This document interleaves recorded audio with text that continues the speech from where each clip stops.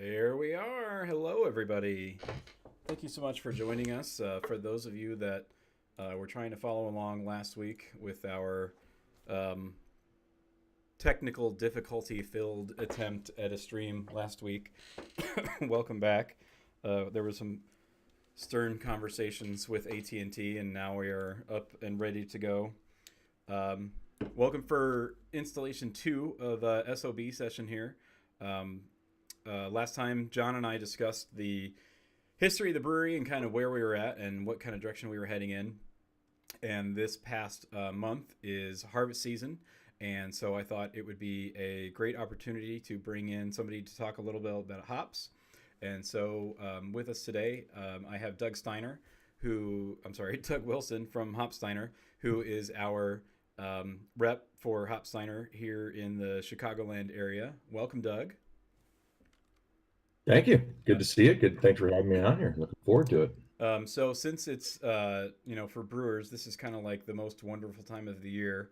Um, I thought hop selection. We just dive into the whole topic and see how much we can cover in about an hour and a half, and talk about hop growing, um, uh, hop growing regions, really as much as we think we can cover breeding, and then also hop selection and why selection is important. So first, Doug, why don't you go ahead and give us yourself a little bit of an intro? Sure. Yeah. So, as Andrew mentioned, we're Mm-hmm. Hop Steiner. We are a global hop supplier. We're one of the top two or three largest in the world. So we have offices in Yakima, Washington, which is where most of the hops are grown and processed, as well as New York, Germany, UK, Czech Republic, Spain, China. So we're a global supplier. We do everything. We're completely vertically integrated, so we do everything from R&D and breeding all the way up through growing, harvesting, processing, and obviously selling the hops as well. So we touch hops pretty much everywhere along the value chain, and try to do it as best as possible. So hops. Why do we care about hops, Doug? Well, as I imagine most of the brewers and listeners here are well aware of craft brewing, hops are probably one of the most important ingredients, arguably, in new beers that are going out there today. Hops are providing, well, not only bitterness, which they've always kind of traditionally provided, but the flavor and aroma of those nice beers that you're making, and the rest of the brewing community out there is making. Without them, beer would be kind of sickly sweet and probably less less dynamic than we've come to be accustomed to. So if you've never had the opportunity to get the entire rundown on what hops are, let me see if I can.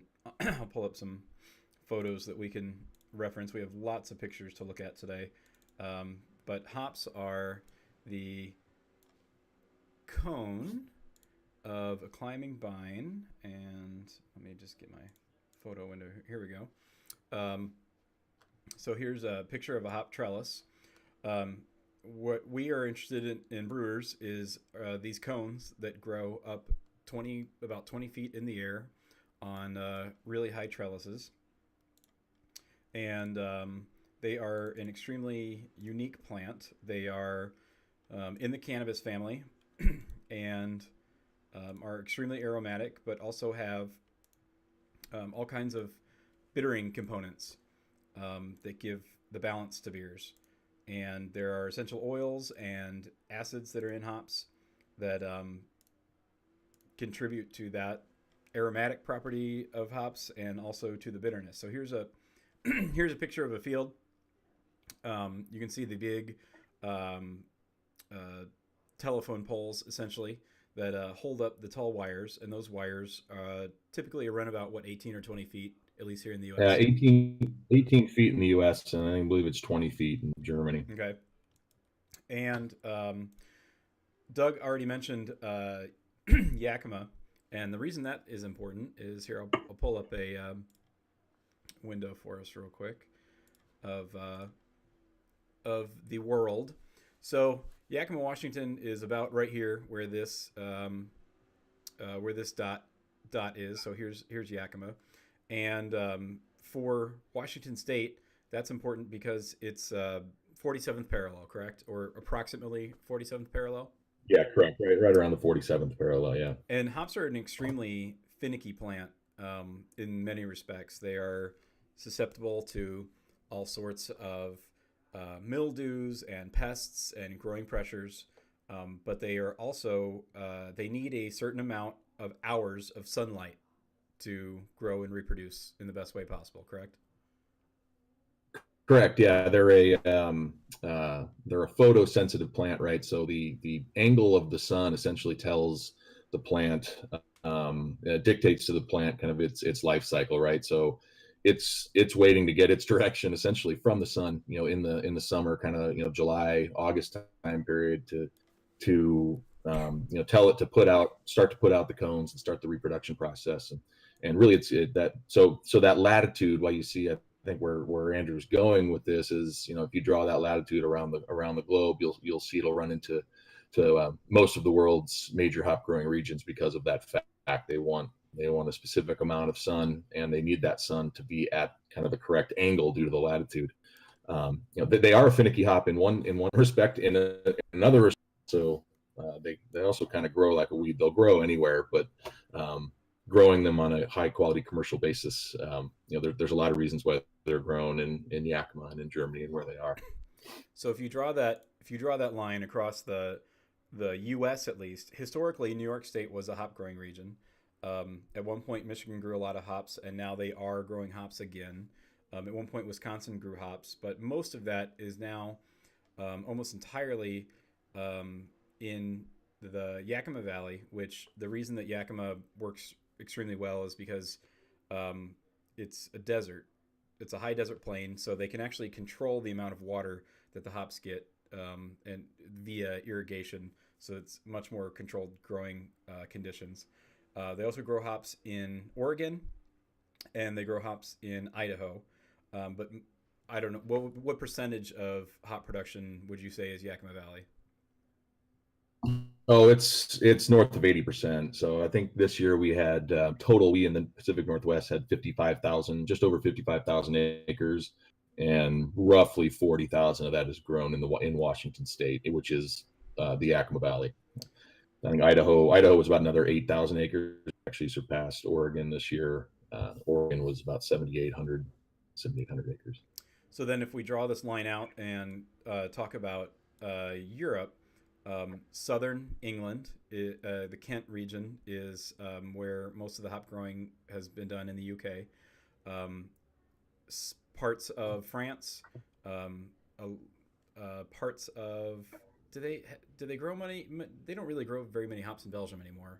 Maybe historically, but not Yeah, not not really not a anymore. whole lot. Not Right, well. Let's see. I think I might have right through the no. middle of Germany, basically, through the Czech Republic. Um, they grow some hops in Poland, although not a ton, right? Yeah, they got about 4,000 acres, Okay. 3,800 acres in Poland. And then Slovenia, which is a little bit farther south, but they are also a historical hop growing region. And then Yeah, they're about the same size, about 3,800. if you flip that down to the southern hemisphere, there are some hops that are grown in New Zealand, primarily on the southern island, correct? Yep, And then some also in Australia as well. But that's correct. and although they grow some hops in China, it's not. Those are only for use within China. Essentially, they don't export any hops, and Correct. Yeah, those are only for Chinese consumption, and yeah. it's probably good that it's that way. so, um, so yeah, most of the hops that we're going to be talking about are from the Pacific Northwest for American brewing, and then the historical European centers as well.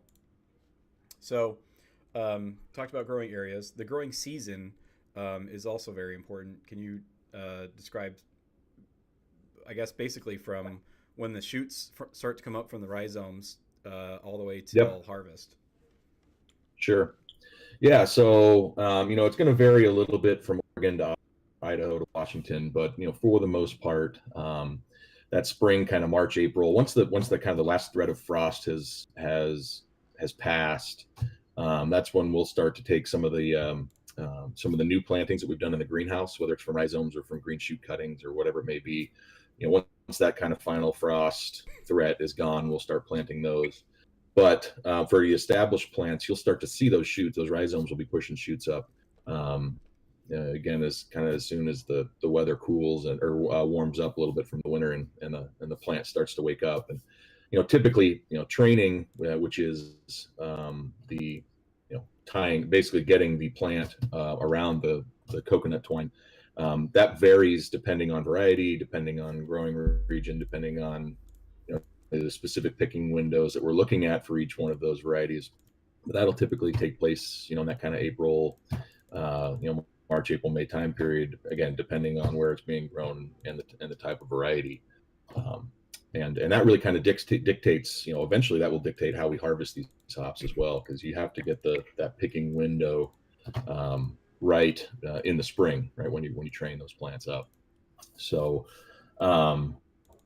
so that's all starting, and of course we're doing field maintenance, we're planting cover crops and doing all that kind of thing. But spring is really when that crop, the crop starts coming up. And then throughout the summer, we're monitoring for pest pressures, for disease pressures. One of the really good things about Yakima is because it is a desert, we don't have to fight with downy mildew too much. The two mildew pressures are powdery mildew and downy mildew, and they're the big kind of disease pressure that we as growers have to fight throughout the growing season. But fortunately, because Yakima is so dry and has so little rainfall, I think it's like 8 inches of rainfall a year. It's that pressure is a little bit lower. So throughout the growing season, throughout the summer, we're going to be applying sprays if we need to for pests and or disease, and we'll get into a little bit of that on the breeding side as well. But just making sure that the plants are healthy and getting the nutrients that they need, which is all typically done via our irrigation systems in the fields. And then harvest typically starts mid-August and runs through about the first week of October. We just wrapped it up. And if we didn't mention it, or if it's not obvious yet, there are dozens and dozens of different hop varieties, and all different hops are different varieties are going to be grown for different reasons. Some hops are grown primarily for the alpha acids, which are the bittering component of hops, and that's almost like a commodity side of the business where you have alpha in terms of almost like dollars per unit, and certain higher alpha varieties are going to be grown explicitly for that purpose. You don't really care what the aroma of that hop variety is, because you're just looking for the bittering portion of it.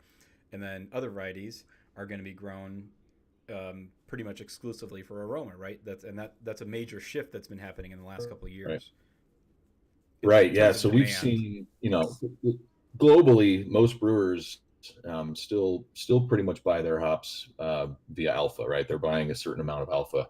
The U.S. is somewhat unique in that we're concerned about more than just the alpha. So in the last 6-7 years, we've seen that breakdown of alpha varieties versus aroma varieties switch. Basically, it used to be about 60-40 alpha to aroma, whereas now it's almost at 75% aroma varieties now to about 25% alpha. Though we did see some growth in the alpha varieties this last year because the global alpha market tightened up a little bit. So there was some demand for U.S. alpha, but most alpha is grown in Germany and Europe right now. And so we've seen that, obviously driven primarily by craft. Craft, their usage rates are substantially higher, and obviously the growth that we've seen over the last couple decades has really helped flip that aroma, alpha versus aroma varieties. And then when it comes to the individual varieties within the harvest season, how is when a hop gets picked important to a specific variety?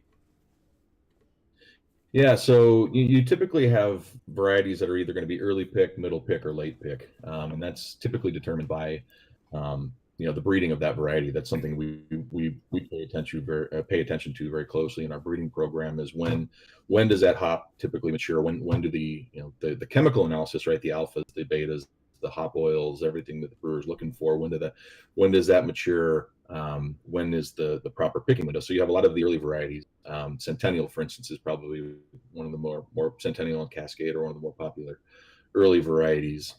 Those are typically picked starting in early or mid-August, going into early September, and then typically, again, it's you can't say everything for all varieties, but typically those earlier varieties they tend to be lower alphas, whereas the higher alpha varieties are typically picked later in the season, that latter half of September, early October. But that's all that's all very much determined by the variety, the grower, the brewer too as well. I mean, that's something that we try to take into account every year, as we have specific customers that we're keeping in mind when we're picking, let's say, Centennial, right? Because one large customer in some area of the country might like that really early pick Centennial, and some might actually like that late pick. So that's something that we as growers keep in mind as well, because there is a specific window that you have to try to hit from a quality standpoint, because if you pick them too early, you can get kind of grassy and hay-like characteristics, and you don't get as much of that pop of aroma. Whereas if you let them hang too long, then they start to pick up off flavors, and onion, garlic are the typical off descriptors that you start to see hops pick up if they're overripe and getting picked too late. Picking window is very, very important. So when it comes to a new hop variety, let's talk about how much actually goes into breeding a new hop variety, the amount of work that it takes to do the research into whether or not it's going to be viable, bringing that to market, start to finish. That's an extremely involved process that many people don't even come close to appreciating how much goes into it. So when a breeder, and I guess briefly we should discuss the different breeding programs. So there are a handful of large hop suppliers in the Yakima Valley, and some smaller ones. Steiner's obviously a very big hop supplier. Haas is a big hop supplier, largest in the world. Some other ones, Yakima Chief is kind of a farmer-owned co-op of growers and suppliers and brokers. Roy Farms, Hollingberry. I'm sure there's some others that I'm forgetting as well, but the different companies have different means and ways of bringing new hop varieties to the market, depending on their breeding programs. Yak Chief and Haas are part of the HBC Hop Breeding Company, and they kind of pool their resources to bring new hop varieties to market. You guys at Steiner have your own breeding program. Roy has their own breeding program that is they changed the acronym, and I can't remember what it is now. It used to be the American Dwarf Hop Association, but now it's the American Development of Hops, or it's still ADHA, but it's a different acronym. Yeah, I can't remember. I think they kept the acronym, but I don't remember your name. Yeah. Long story short, everybody's trying to bring different hop varieties to market, but maybe you can explain what it actually means to say that we have a new hop variety and what that whole entire process entails. Yeah, I'll speak kind of generally about just hop breeding, and then we can go into some of the details about what we do at Hop Steiner and kind of how we're different. But typically getting a hop from that first initial cross to a potential commercial variety that is contracted and sold to brewers can at the minimum is about a 10-year process. And the way that's kind of historically been done is hey, we like this female plant, and this is a pretty good male. It's got good agronomics, whatever it may be. Let's cross them. Let's see what happens. So when you cross a male with a female, you're going to get a couple thousand, 2,500 seeds out of that cross, and each one of those seeds is a potential new variety. So what we do is we do multiple crosses every year. So we're going to have 25,000 seeds, call it, every year. and every one of those 25,000 potential new variety. And the first thing that we do is we plant those seeds into these little kind of hockey puck looking pots, and we expose them to disease. And we are coming at this as growers first and foremost. So we want to breed hop varieties that obviously smell good and have certain alpha characteristics, what it may be, but we want to make sure that they're agronomically sustainable over the long term. And like I mentioned earlier, disease is a very, very big part of that process. So we expose those seeds to disease, and anything that really shows any disease susceptibility, we're going to kick out. And of those 25,000 seeds, obviously about half of them are going to be male, so that's going to get rid of about half. And then from to us that makes sense, but can you explain why? Right. Yeah. Sorry about that. Yeah. So we are only interested really in the female. That's the plant. The female plant is the one that produces the hop cones. It has the lupulin glands. The males, we're not as interested in. We could be interested in some males that have agronomic properties, as I mentioned, for breeding. They're basically studs, but we don't want them. They're useless from a brewing standpoint. So we're looking specifically for the female varieties. So of those kind of 12,000 seeds that we have left, any of them that disease susceptibility, we're going to kick those out. And so typically we're down to about, call it 4,000 of that initial 25,000 that are still potentially viable at that point. We'll plant all of those into our seedling nursery. And the thing about hops is, in Yakima, it takes 2 years to get a full mature plant. And we're really not as concerned about kind of what the aroma characteristics are, and even sometimes the chemical analysis are as a baby, because they're changed so much from a baby, a first year yard, into that second year mature yard. So at each stop that we make, it's a 2-year process, right? So once we get into the seedling nursery, we have to wait 2 years before we can kind of see what they're doing. And then so from those 4,000 that are in the seedling nursery, we're doing the chemical analysis. We're looking at all the agronomics. We're marking the ones that are interesting from a flavor and aroma standpoint, and we're selecting, say maybe 400 of those to move on to the next phase of the breeding program. And that's where we plant them in what we call a single hill nursery. So when you plant a hop in the field, we call that a hill, basically. So one hill will have four bines coming out of it, and that's what you see in the field. So when we say hill, just think of kind of one plant, right? Yeah. Here, let me pull up a picture here. So as we're looking at, we're looking down a row, and in the middle of the row here are vines from separate plants. But if you look at where the telephone poles come in here on the photo, that's where the hills actually exist, and then they're coming out kind of in a big U on those two and coming up the trails. Yeah, so on either side of that. See if I can find another photo. These are harvest photos. We'll come back to these in a minute. And that's an empty field. But yeah, so each, if you go back to maybe that first one, you can kind of see. There. So, we're looking at, right where those telephone poles are, right? You've got, that's one plant right there. That's part of a 4-plant hill. Mm-hmm. So each hill, and then you go, those are spaced out, at specific increments down the yard, and each one of those hills, that's a mature yard. So it's going to be, several acres worth of hills. But for our breeding program, that kind of first stop after the seedling nurseries, we're going to put them into what we call a single hill nursery, which is basically we plant one plant, and every hill that you go down that row is a new variety. And Andrew's been to our experimental plots several times, and one of the really cool things to do at this point now is to we walk through and we'll smell all of them and see what smells good, what's interesting, what's not.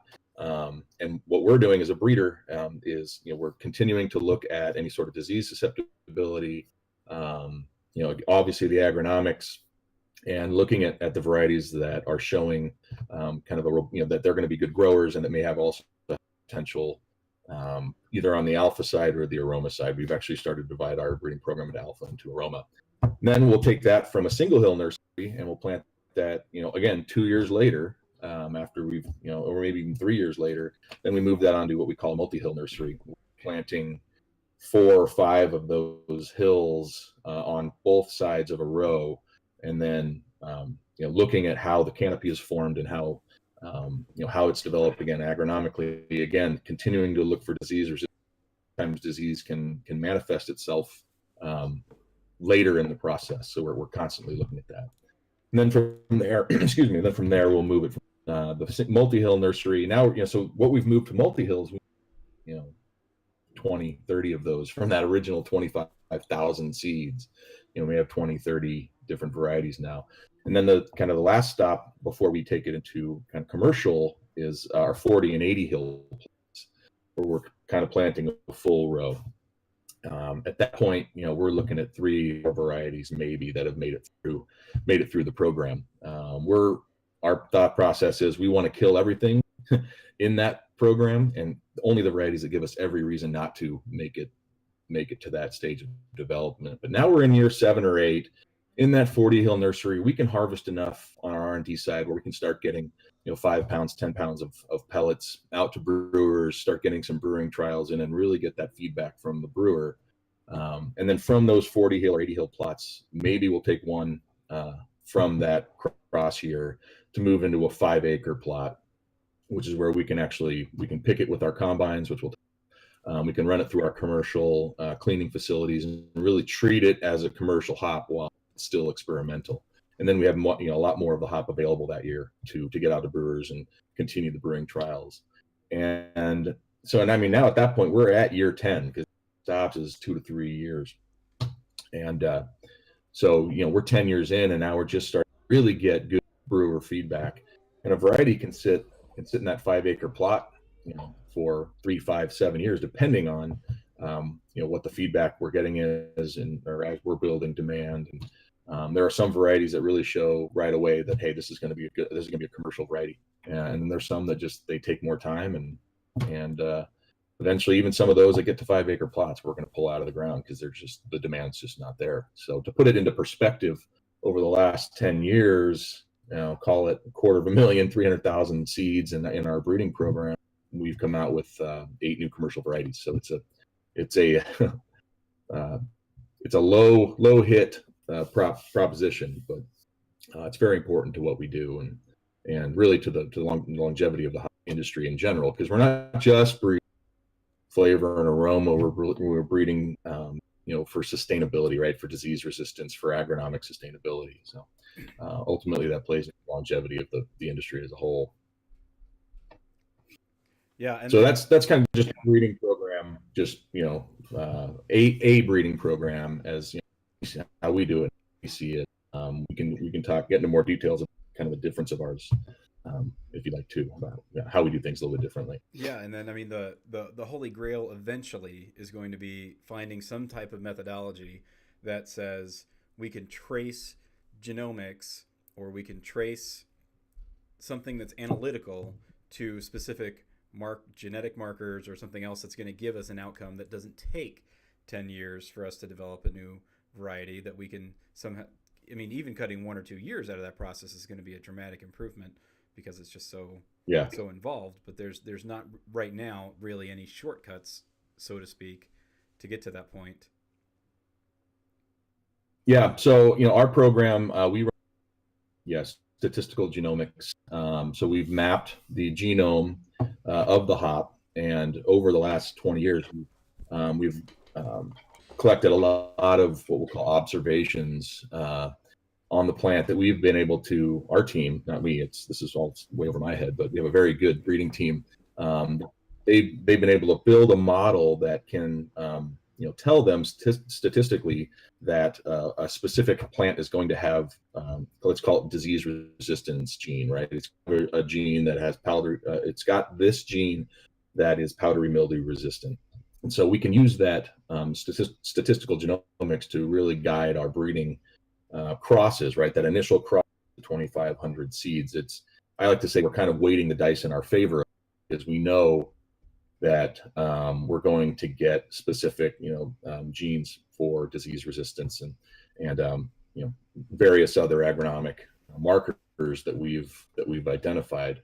And as as Andrew was saying, obviously say, okay, what is the gene that contributes to fruit aromas, or whatever it may be the brewers are looking for. We're not there yet. That's a lot more difficult proposition right now. The program is really kind of a one or a zero, right? You can ask it, hey, does this hop have powdery mildew resistance? It's like a yes or no question, right? Well, it's a lot more difficult to do that when you're asking it, does this hop have passion fruit aromas? So it's going to take some continued work in building of the genetic model we've been doing. But for now, it has started to really, that 20 years of data that we put into it, starting to show some fruit from the breeding standpoint, in that we can now advance varieties faster because we can do the DNA markers and look at it and say, yes, this has got disease resistance. We don't have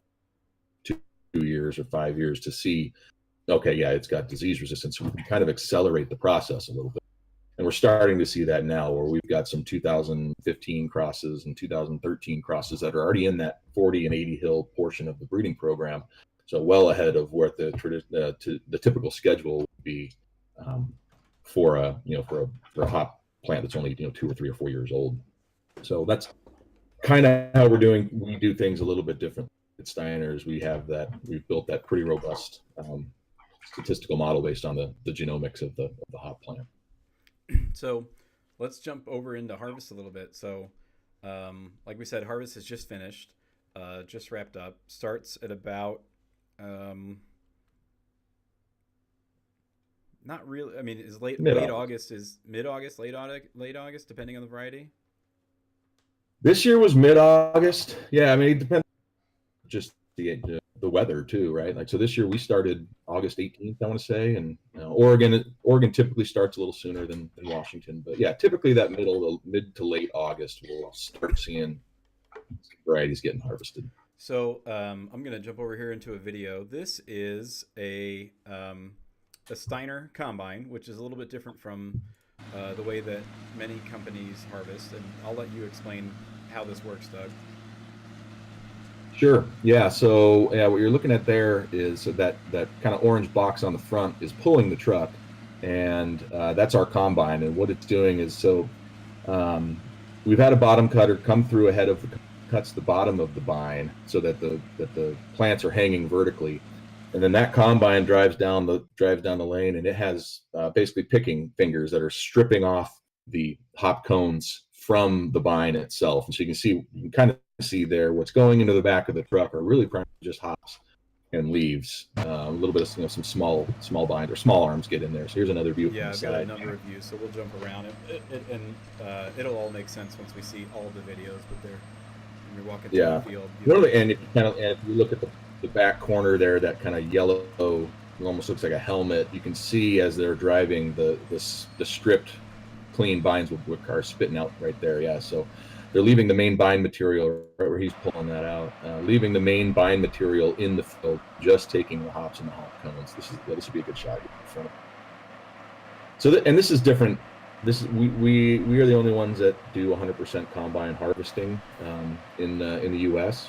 And what this allows, so the traditional method, bottom cutter comes through the field, cuts the bottom of the bine, and the top cutter cuts the top of the bine, and then that whole bine goes into the back of the truck and is taken to a cleaning facility where it's rehung and then it's picked, right? But we're doing the picking right here in the field with our combine. So what that allows us to do is that's the bottom cutter going ahead of the combine. Some of our combines have their own bottom cutter, but this one has a bottom cutter in front of it. What the combines allow for us is that we can get basically about 5 times the amount of hops in the back of our truck versus the traditional method, because we're really just putting the hops and leaves in the back of the truck. So each one of those trucks allows us to take 4 other trucks off the road, and that's 4 fewer drivers, 4 fewer maintenance costs, fuel costs, everything that goes along with it. So it's a much more efficient. We think it's a more efficient method of harvesting. So by the time it comes to you, so this is now at the processing plant. So this is hop material that's already, I don't think shredded is the right word, but there's some separation that's already happening there. It's not Correct. entirely Yeah. intact on the vine. So this is essentially the hopper as it's being fed into the picker, and this is at your River Ranch plant. This is our River Ranch. Yeah. So yeah, what you saw in the in those kind of clumps, on the belt waiting to, and that's what back of our trucks. And again, it's primarily hop, leaf, and some small vine materials. And so what we want to do now is just completely separate the hop cones from the rest of that leaf and stem material that may still be in there. And so what Andrew's showing you here is our kind of the various different steps that the hops are going through. Can you go back to that kind of first? Let's see, back to right here. Yeah, right here. So yeah, we'll go to the next. Yep. So if you pause that for a sec. So what you're looking at here, that first conveyor going up the left-hand side of the screen there, what that is that's just basically the cleaned or the hop material it's been separated, right? So what we do is we try to drop that out. So that big kind of clump of hops that you saw in that first picture has gone over what we call a grizzly belt. It's kind of like a horizontal chain link. And that allows all the hop cones and some leaf material to drop through and get out of the system, so it's not getting repicked again and beaten up. And so what it's doing is going up there and being dropped and spread out across we have 7 bays in this River Ranch cleaning facility. And so then what it does there is it drops straight down and goes through a blower system where basically we have fans that are blowing against a screen. So the leaf material gets blown against the screen. The hops are more dense; they come down, and then you've eliminated some of the leaf material, and then it runs over to these dribble belts, which is what you're seeing on the video now. What the dribble belts are is the hops hit the belts and they actually roll backwards, whereas the leaf and stem material kind of stick to the belts and just roll over the top. So by the time you get to the end of those, you've separated all the hop material out, and the leaf and stem material has gone onto the garbage. Here's another shot of dribble belts, and you see at this point, this is almost all leaf material. There's hops going down, but most of what's coming over the top is leaf material. And since the hops are a different density and different shape, they're rolling backwards. Here's some of the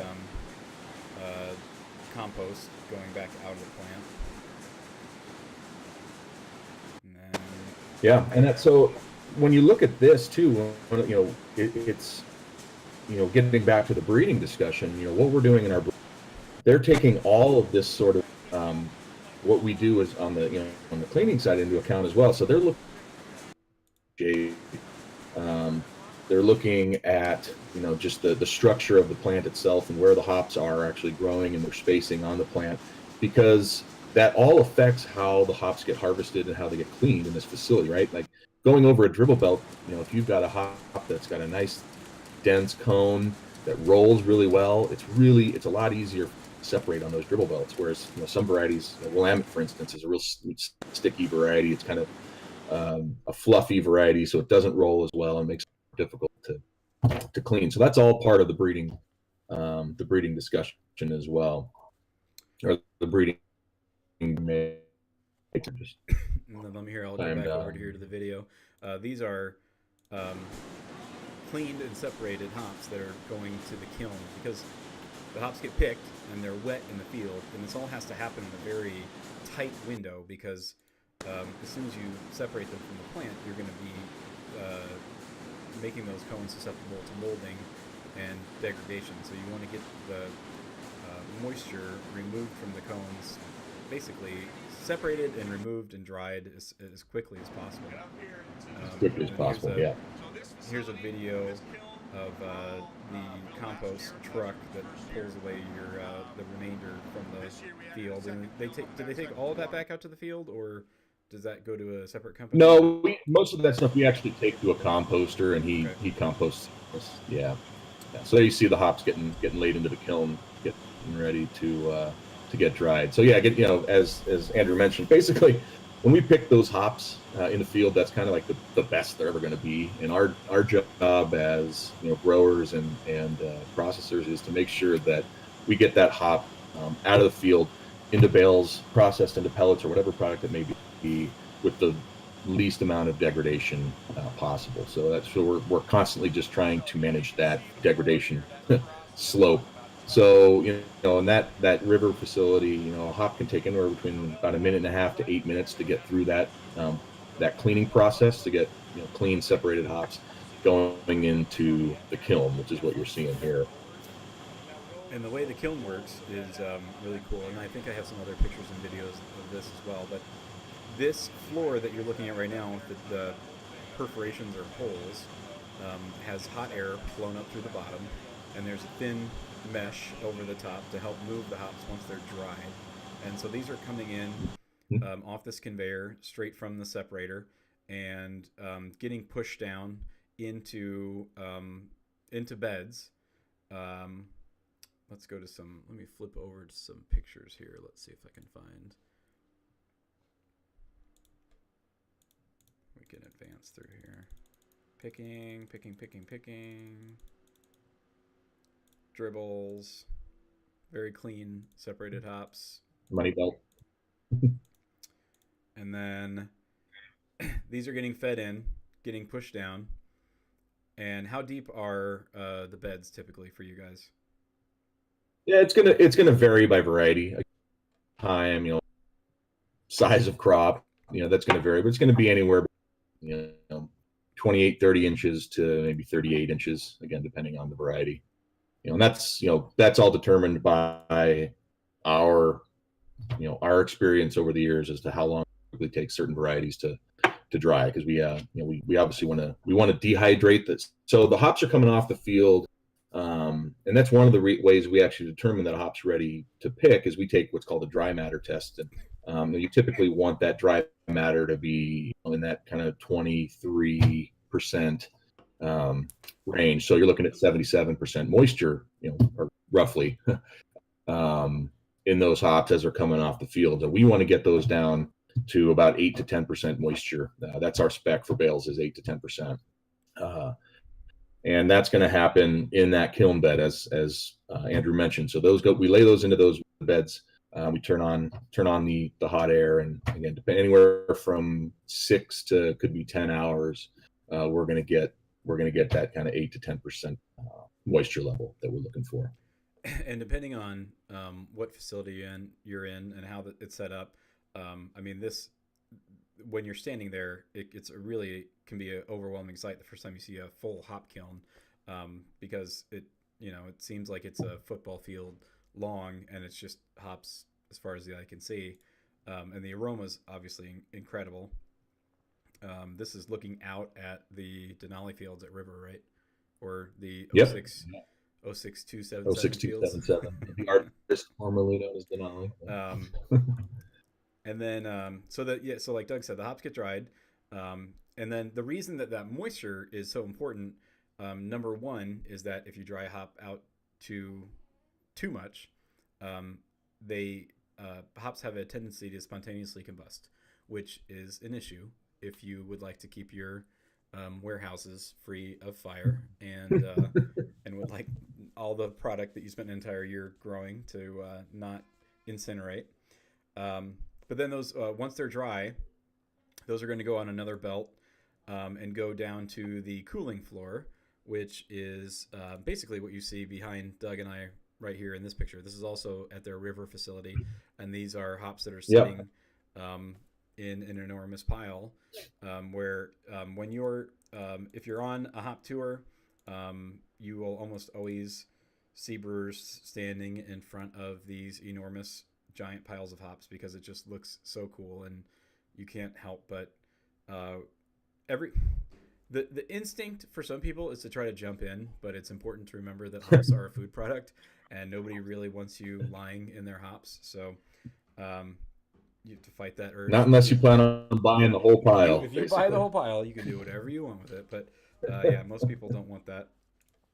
So from the cooling pile, obviously you can't move an entire pile of hops around. So they need to go from that form of giant dried cones out somewhere. So here's a picture of a baler, and maybe you can explain how a baler works. Yeah. So just first, maybe on the conditioning floor too. Sure. The thought process. areas. Obviously we're coming out of a kiln. Again, like I said, 6 to 10 hours of drying, and the bottom of that kiln bed, the hops on the bottom will probably be a little bit drier than the ones on top. So, what the transferring of the hops onto the conditioning floor, these are coming actually out from the ceiling and pour into a big pile. That helps to mix up that bed, and then the time there on the floor allows the hops the temperature to come back down, and for that moisture to equilibrate across that whole hop lot. So we have kind of an even drying. And then that next picture, or that you can kind of see them in the back of that picture there, the conditioning boxes. That's actually just we're kind of in a beta test on those right now. What you've maybe you have or have not noticed throughout kind of all these pictures is that the hops are really not touching the ground until we get to the conditioning floor. And so we're kind of in a beta test on these conditioning boxes that allow us to, one, keep those hops off the floor. They can come out. We can get a whole floor into one of those boxes, and they've got louvered floors, and so we can get airflow through there to get them conditioned, and then they just drop onto a conveyor and a baler, so they don't have to get moved by a front end loader onto the conveyor to get up to the baler. So we're working on it. I think we still have some engineering that we need to do to work on that, but again, it's just another one of our efforts to kind of have the hops be, like Andrew said, they're a food ingredient, so we want to treat them as such. So now what you're looking at, the bale, is our baler there. So we actually have two of those balers in that facility. So what we do is we take those dried hops off the conditioning floor, and we convey them up into, there's a hopper above that baler. It weighs out 100 pounds, plunges that down, weighs out another 100 pounds, and then plunges it down. And then, so that will create essentially a kind of a 5.5 foot tall, 200-pound bale of hops. And that's, in the US, that's the standard of dried hops is a 200-pound bale. And that's what all growers typically send to us as a processor for them. There you go. Yeah, there's a good shot of a bunch of bales. So that's the standard form. And so what they're going to do then on the farm, when it comes out of the baler, when they're getting ready to send those up to a cold storage facility, is they're going to probe it. They're going to look for that moisture level. Was that Danny's you just showed? I'm trying to remember. I think that this might be at Roy. These are photos from a number of years ago, so I can't remember 100%. Oh, okay. But okay. That, I feel like this is at Roy. I could be wrong, but it's, they all kind of look the same after a little while. But yeah. Another picture of a baler, just an older one, but they do the same thing. Yeah. And then and then what we're going to do is we're going to probe those bales. Again, we're looking for moisture. We're looking for temperature. We want, all the bales have to be in that certain moisture spec, because as Andrew mentioned, if they're below or above that moisture spec, then they become a fire issue. And of course, if they're above or below the temperature spec, that becomes an issue as well. So we obviously get our own bales in from our growers, and then we get bales in from all the other growers across the Midwest that we work with. We're making sure that we probe every one of those bales as they come in. And I know I have a picture somewhere. Oh, let's see. I'll pull this one up first. Here's a picture of a blower. It's an enormous, either propane or natural gas fed giant fan, essentially, that blows hot air up through the bottom of the kiln floor. And then, I think if that's River, that's one of the 75 horse blowers. Yeah, pretty big blowers. Let me see. Somewhere in here, I have a nice picture of a probe sensor, because they look so unusual.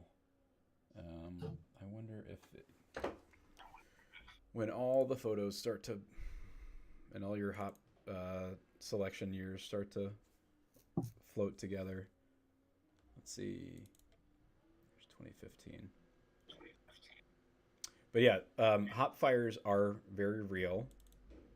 And, well, this isn't exactly what I'm looking for, but here's something that's something similar. So this is a kiln bed in the background, here's a temperature and some temperature gauges so you can monitor what's going on Yep. the in the kiln bed, and then Yeah. So at River too, we've got sensors pretty much throughout the process, giving us all that temperature and moisture data that we're looking for. Our goal is to do the drying right, at the on the front end, make sure we don't have to be trying to add moisture later to fix problems. But um, yeah, we're constantly taking that bit, and that's also something that the aha, is how about proper that? drying times, proper drying temperatures, that sort of thing. So Oh, here's oh yeah. here's a Moist View DL6000 with that with a BB gun in the background. Somebody apparently was fighting some varmints off, but yeah, you can set one of those down into a kiln bed, and it'll um, give you your hydration information essentially. And then there's some really cool vintage ones too that I've seen around Yakima. What is this one? Let's see. And then I think stuff like this is cool too. The different um, stencils and stuff that they use to mark the Yeah. individual bales, and one of those giant scary hooks to carry enormous 200-pound bales of hops around. And let's see what else. You guys actually have to have USDA on staff or I'm sorry, not on staff, but on site for harvest time, right? They're not necessarily on site at all the farms, but we do have to we Or at send least at the basically warehouses. bail, yeah, you get a bale cut of every lot in order to do leaf and stem and seed analysis for us. So yeah, all lots have to go through the USDA to get that analysis done. And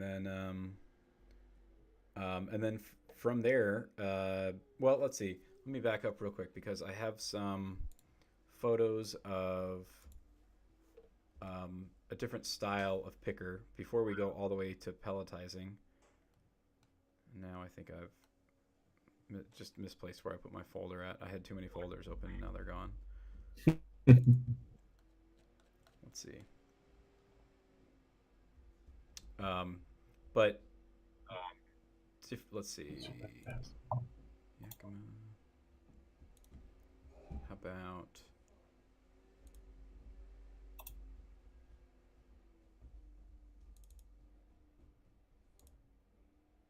Nope, can't find it now.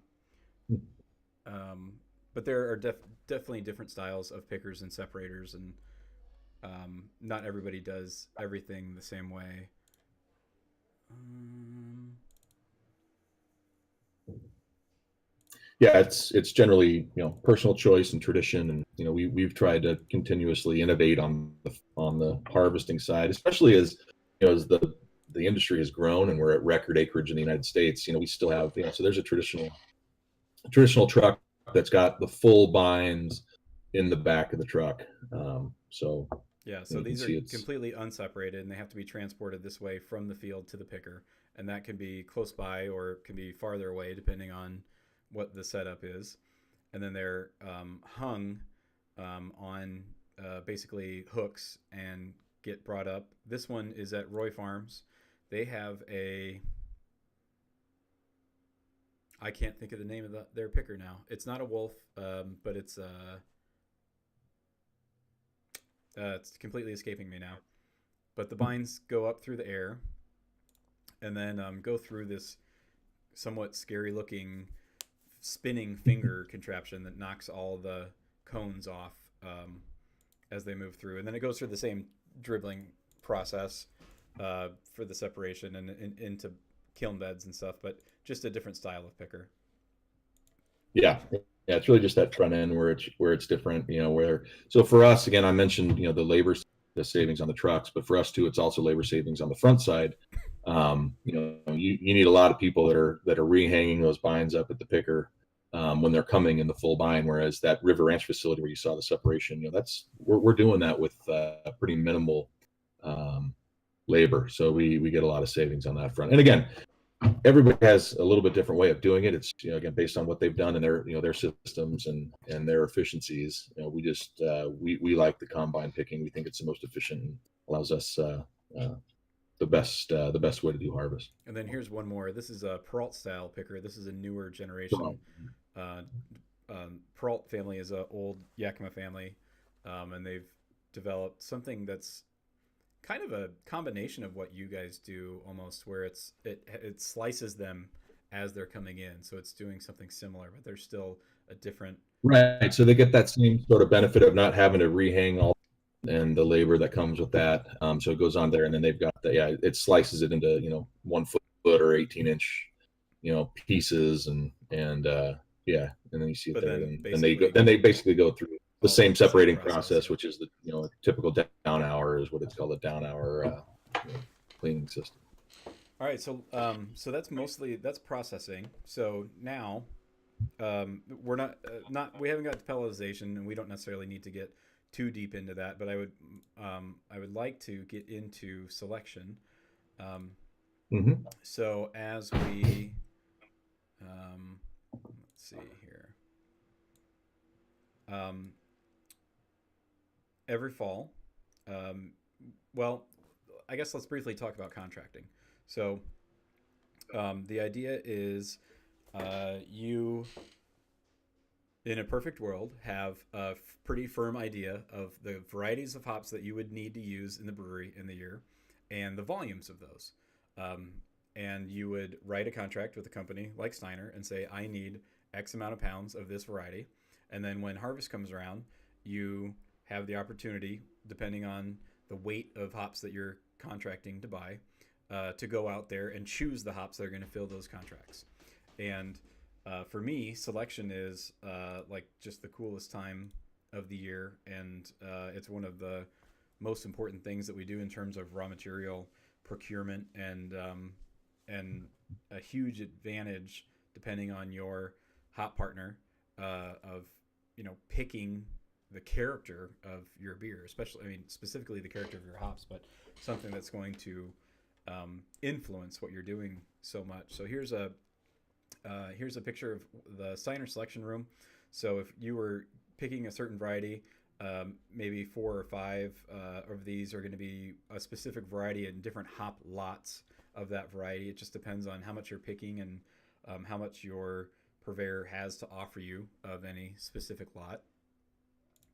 And then you're going to go through an entire selection process. So depending on who you are and what your personal philosophy is, you're going to be looking for color. You're going to be looking for analyticals such as percentage of seeds or stems and leaves.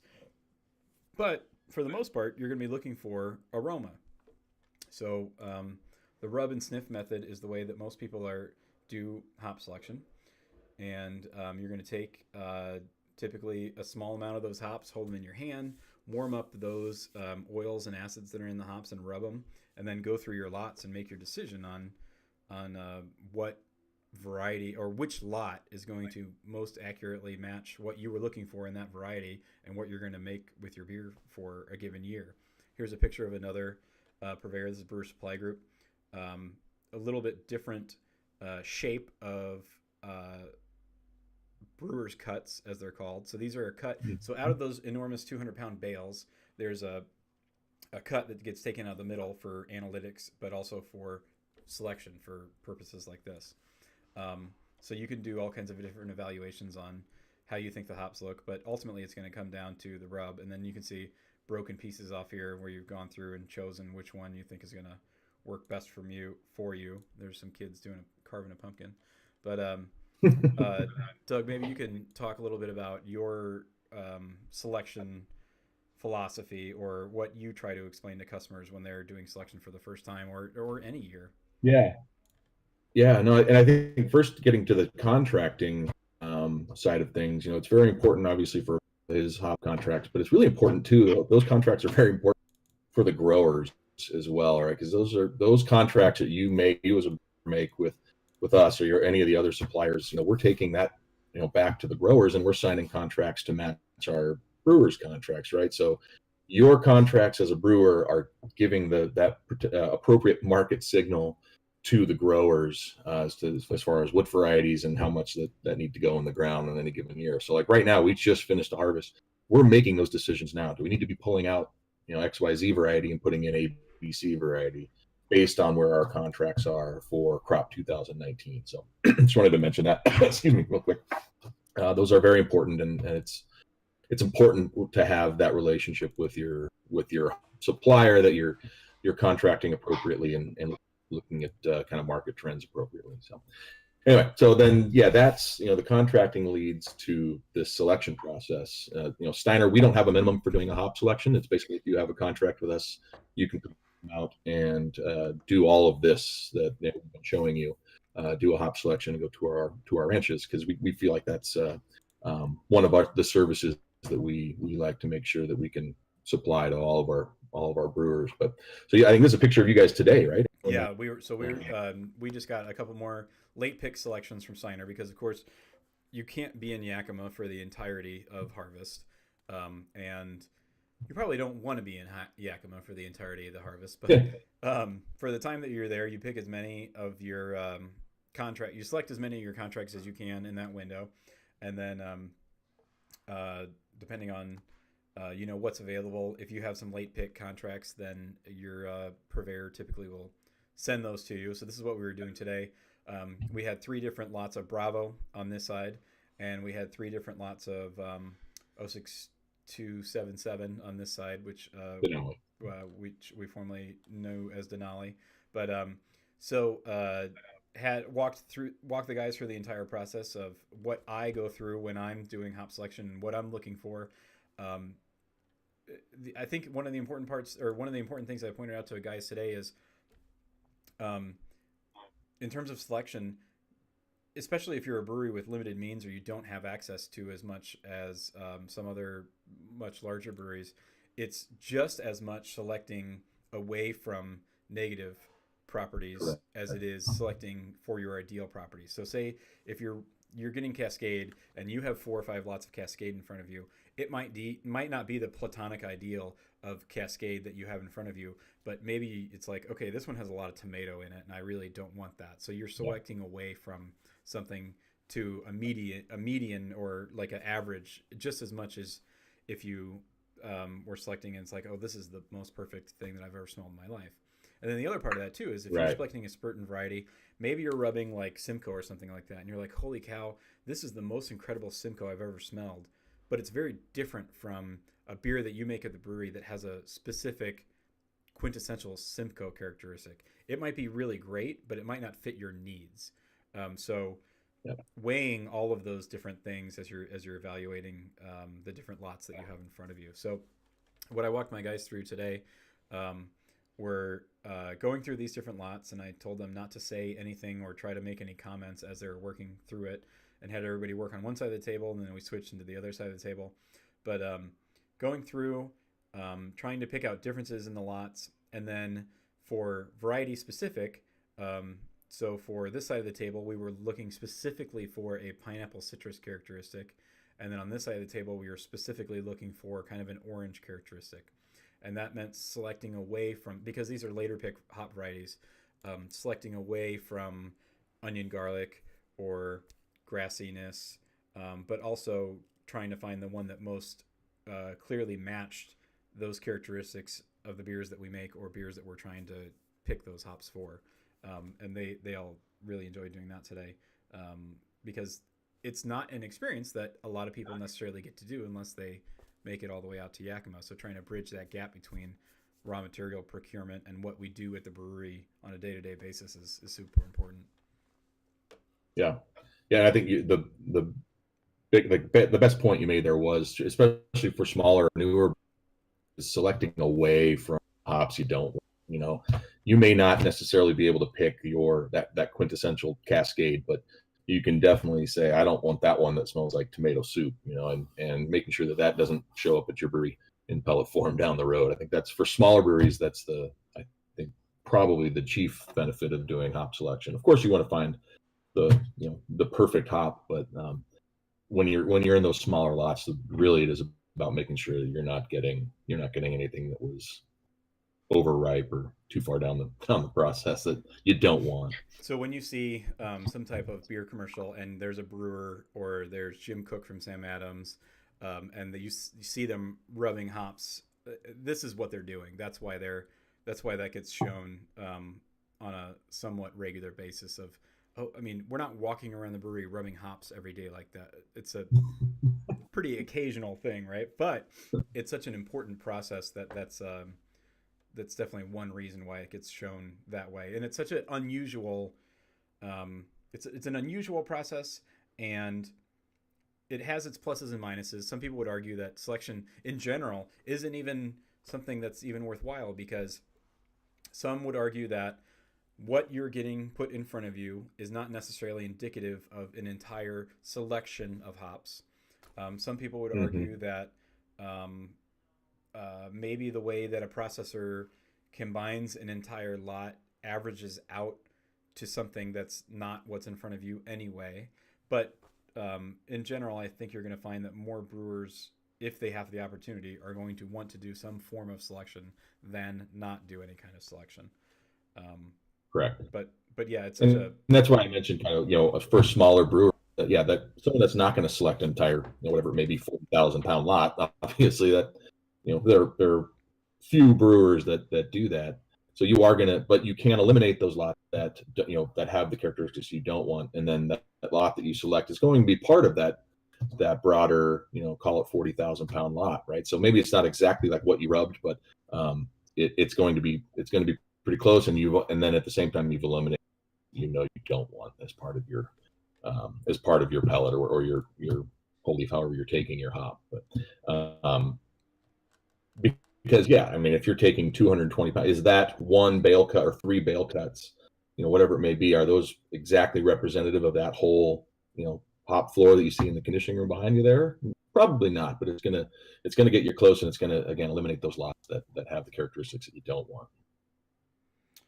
Well, yeah, I think that's about it for hops and hop selection. Doug, thank you so much for joining us, and I hope everybody watches it. And for those who weren't able to join us, going to make sure that this goes up on the YouTube channel, and we'll have links posted out so that can revisit and check out this conversation at your convenience. Some other important things that we should cover.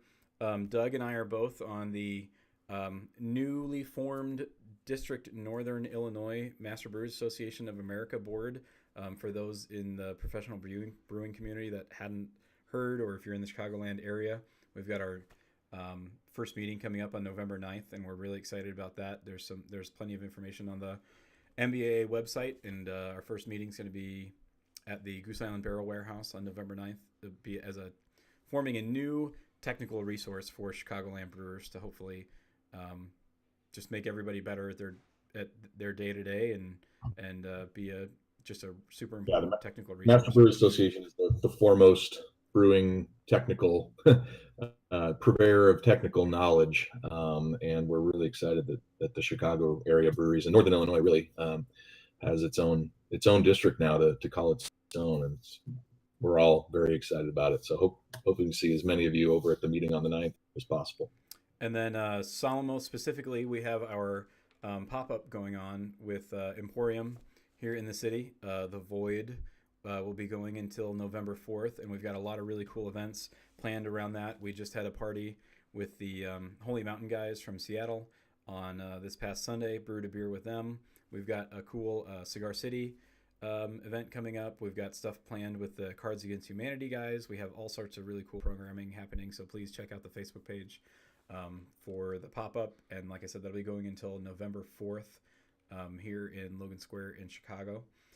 And the space is really cool. Our art and marketing team did a really incredible job pulling together a whole bunch of different ideas, and I encourage everybody to check it out because it's just fun, great place to go have a beer, and just a very different bar experience. That pop-up space is really fun because it's always changing, and I think our team did a really great job on the execution.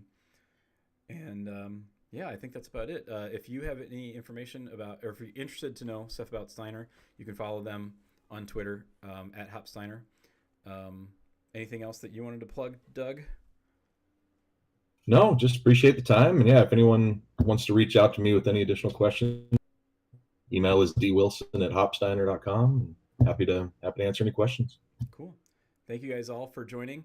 I think next month's installment, we're going to try to nail down our in-house artist Jordan and talk about the art of Salmoth. And I know that he's going to have a lot to tell us and a lot to share. So, thank you guys all for joining, and we'll see you next time. Thanks a lot. Cheers. Bye.